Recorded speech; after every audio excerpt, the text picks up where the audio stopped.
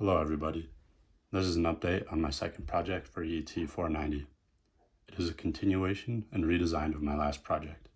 In this version, I am using an Arduino to implement a bicycle lighting and safety system. I am also including a distance tracker, and I plan to use an LCD screen eventually. So far, I have the distance tracking and darkness sensor working, as I'll show you now. So, now that I have the code up, you could see here is where I declare the integers. And if I scroll down a little bit, this right here just declares what the pins are used for as an input or an output. Then as I continue to scroll, this is where I take a digital read of this button, and I was using it as a counter. But it became a little bit troublesome because as I click the button, it would just continue to count because it would see it as high.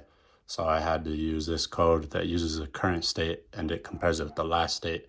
And if all of those match up, then it increases the counter. And this counter is basically to count the times that your wheel spins, and that will help track your distance. And the average diameter of a bike wheel is 29.5 inches. So I did some calculations and I found that the circumference is about 7.72 feet. So after doing that, you multiply the counter by that 7.72 feet, and that'll give you the distance that you've traveled. And then in here, it prints that into the serial monitor, as I'll demonstrate later. And in this part of the code, it reads from the analog pin the photoresistor's value, and it reads it on a scale of 1 to 1000. So I figure at 800 is about as dark as it would need to turn on the LED. So I have it set up to do just that. Now I'll run it and pull up the serial monitor, and I'll be able to show you what it looks like. So right now I have it to show the count. So it'll be 1, 2, 3, 4, and so on.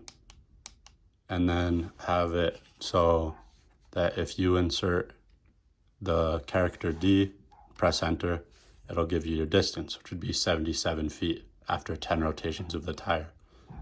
And then the next part is the LED turning on with the darkness. So if I cover this resistor here, you could see the LED turns on.